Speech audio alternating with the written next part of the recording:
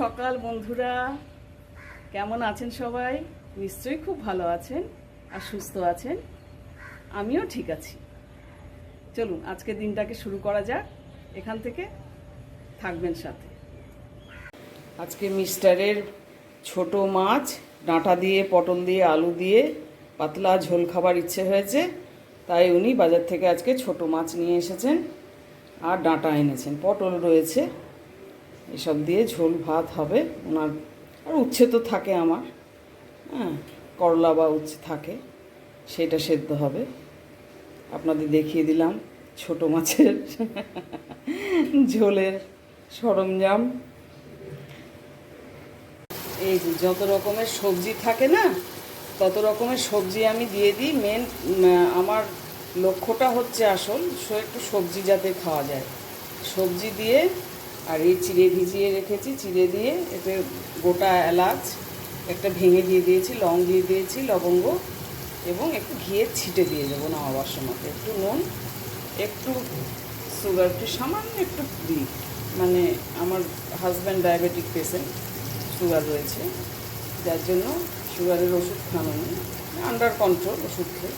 ওই জন্য সামান্য একটু টেস্ট আনার জন্য একটু সুগার ফ্রি ইউজ করি, আমি সুগার ফ্রি করি। মেন আমার উদ্দেশ্য হচ্ছে সবজি খাওয়ানো। আর দুবেলা রুটি ওনার পেটে হজম হয় না, বা আমার পেটেও হজম হয় না। জলখাবারে রুটি তরকারি, আবার আপনার রাত্রে রুটি তরকারি, এটা টলারেবল নয় আমাদের। যার জন্য ঘুরিয়ে ফিরিয়ে আমাকে সকালে জলখাবারটা করতে হয়, রাতে রুটি খাবেন বলে। এখন হচ্ছে আমার সান্ধ্যকালীন চা, শুধু আমার জন্যই এটা করছি। হ্যাঁ, এখনও কর্তা অফিস থেকে আসেননি। এই আদা জলটা এভাবে ফোটে। সকালেও আমি যখন প্রথম চাটি খাই তখন এভাবেই খাই, তারপর দুধ চা খাই একবার। আগে আদা জলটা বেশ খানিকটা ফুটে যায়, তারপর আমি অল্প একটুখানি চা দিই। চা দিয়ে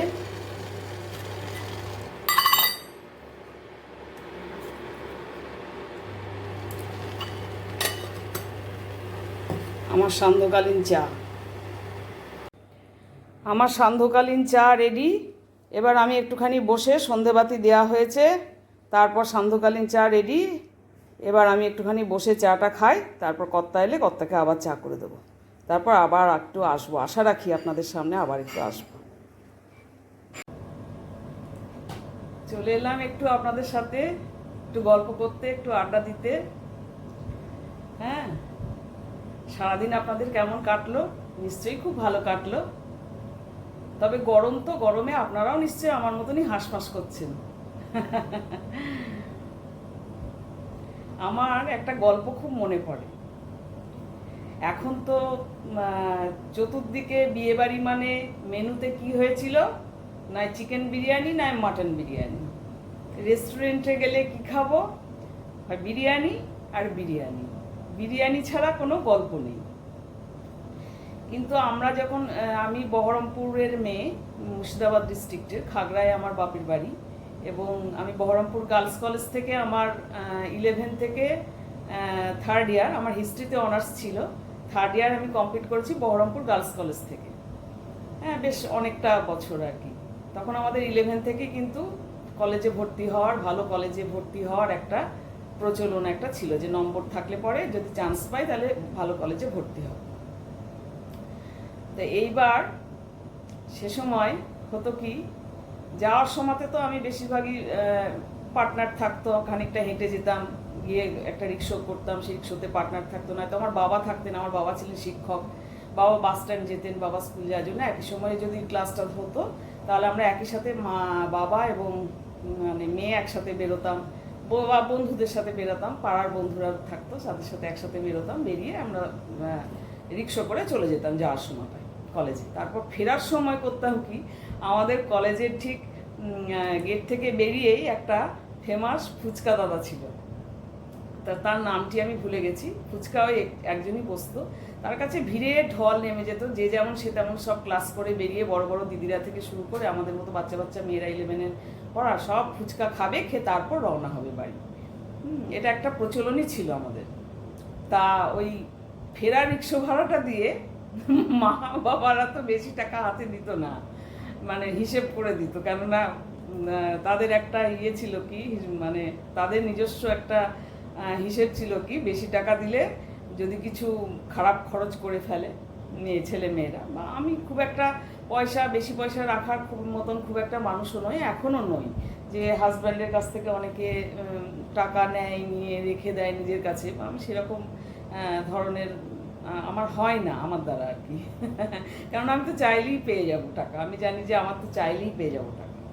হ্যাঁ, যার জন্য আমি নিজের কাছে যে খুব একটা গচ্ছিত টাকা রেখে দেওয়া, সেই ব্যাপারটা কিন্তু আমার মধ্যে নেই, এখনও নেই, তখনও ছিল না।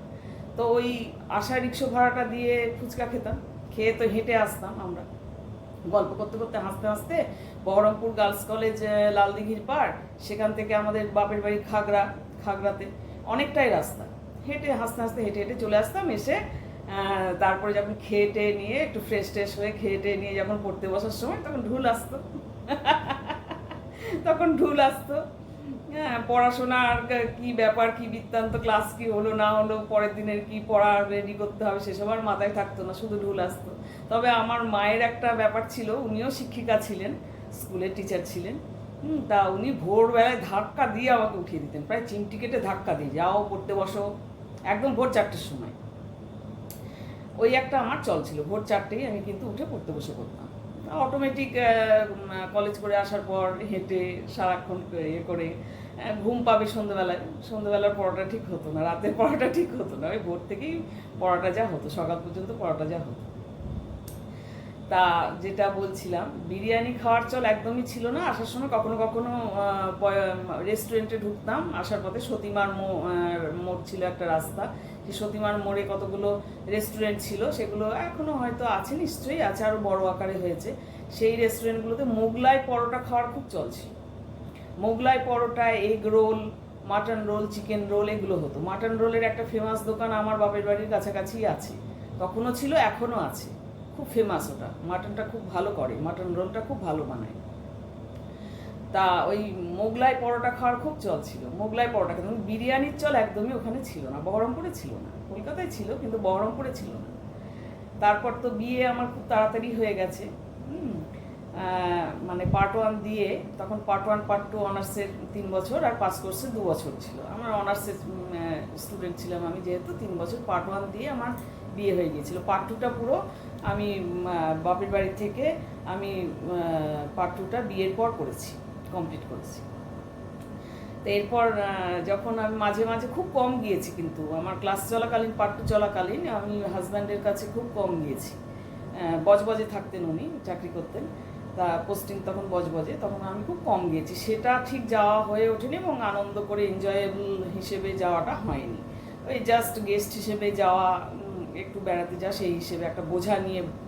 অনার্সের তো বিশাল চাপ না, তাতে হিস্ট্রি অনার্স, বিরাট চাপ একটা, সেই রকমভাবে যাওয়া হয়নি।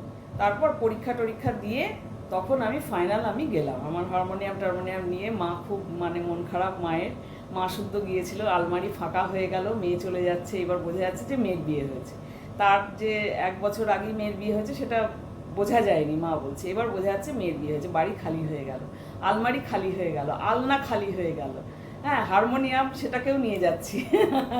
মানে আমার হাজব্যান্ডটাকে যে ওখানে গান করবে সময় না, না মাও বললো যে না, নিয়ে তো যেতেই হবে হারমোনিয়ামটা, একটুখানি বসবে গান নিয়ে, ও সময় কাটাবে কী করে অত দূরে একা একা। যাই হোক, তা তখন কিন্তু আমার রিয়েল লাইফটা, ম্যারিড লাইফটা শুরু হয়। এবং সেই সময় আমাদের কোম্পানি থেকে, আমার হাজব্যান্ড যেখানে চাকরি করতেন, কোম্পানি থেকে সপ্তাহে 1 দিন করে স্টাফেদের জন্য বেড়ানোর জন্য, একটা কলকাতা যাওয়ার জন্য একটা অনলি স্টাফেদের জন্য একটা গাড়ি, বাস ছিল। ভগবানজি ছিলেন তার মানে কন্ট্রাক্টর আর কি। হ্যাঁ, খুব আবছা মনে আছে আমার, একজন বয়স্ক মানুষ, খুব ভালো মানুষ ভগবানজি। তা সেই বাসে যে যার বজবজে চাকরি করলেও অনেকের বাড়ি কলকাতা বা তার আশেপাশে তাদের মা বাবাকে দেখতে যেত, হ্যাঁ, তাদের নিজেদের বাড়ি যেতেন, কেউ কেউ মার্কেটিং করতে যেতেন, হ্যাঁ, আত্মীয় স্বজন, ভাই বন্ধু, পরিবারের সাথে দেখা করতে যেতেন। আমরা যেতাম বেড়াতে, আমি আর আমার হাজব্যান্ড যেতাম কলকাতা ঘুরতে, কলকাতা বেড়াতে। ও আমাকে কলকাতা, ওর তখন অলিগলি কলকাতা সব চেনা, কেননা ও ক্যালকাটা ইউনিভার্সিটি থেকে DSW করা, হ্যাঁ, সে ম্যানেজমেন্ট কোর্স করা, আর অনেক আগেই চাকরি টাকরি পেয়ে গেছে, চাকরি করতে করতে পড়াশোনাও করেছে, যার জন্য ওর কিন্তু ফোন এসে গেছে একটা। তা আমরা সেই বাসে করে তো কলকাতা বেড়াতে যেতাম, ওই মনুমেন্টের ঠিক কাছটাতেই 5টাতেই বাসটা দাঁড়াতো, এবং বাসটা ছাড়তো প্রায় 12টা নাগাদ, হয়তো একটু হেভি টিফিন বা কেউ হয়তো আলু সেদ্ধ ভাত খেয়ে বা একটু সেদ্ধ সেদ্ধ ভাত খেয়ে উঠে পড়তাম বাসে। তারপর একটুখানি তো সব বজবজ থেকে খুব একটা সময় লাগে না, ওই মনুমেন্টের কাছে গিয়ে বাসটা দাঁড়াতো, এবং ঠিক রাত্রি আপনার 8টা কি 8:30 নাগাদ বাসটি আবার ছাড়বে, মানে আমাদের কোয়ার্টারে সব পৌঁছে দেবে আর কি, হ্যাঁ, নামিয়ে দেবে আমাদেরকে, এরকম ব্যাপার। 8টার সময় ছাড়বে। এবার সারাক্ষণ আমরা তখন আমাদের বিন্দাস লাইফ আমার হাজব্যান্ডের, আর ও তো কলার উঁচিয়ে, যেহেতু আমি বহরমপুরের মেয়ে, খাস কলকাতার তো বেরিয়েছি পিসিদের বাড়িতে থেকেছি, ঘুরেছি, মাসি ছিলেন ইয়েতে ঠাকুরপুকুরে, আগে বেহালায়, তারপর ঠাকুরপুকুরে বাড়ি করেছিলেন। এসে ছোটোবেলায় ভাষা সেগুলো তো খুব একটা চেনা পরিচিতি নয়, ও বেশ কলার তুলে তুলে রাস্তাঘাটে নিয়ে যাওয়া, চেনানো, মনুমেন্টের নিচে বসা, ভিক্টোরিয়া ঘুরিয়ে নিয়ে আসা, ভিক্টোরিয়ায় বসা, হ্যাঁ, নিউ মার্কেটটা খুব ঘুরতাম আমরা, নিউ মার্কেটে ঘোরা, কিছু কেনাকাটা করা।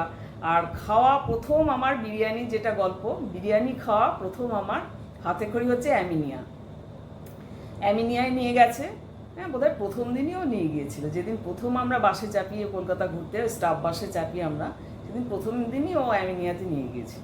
এবার অ্যামিনিয়াতে বিরিয়ানি তখন দিয়েছে বিশাল রাইস, মানে অত রাইস আমি স্বপ্নেও ভাবি না যে একটা মানুষ খেতে পারে।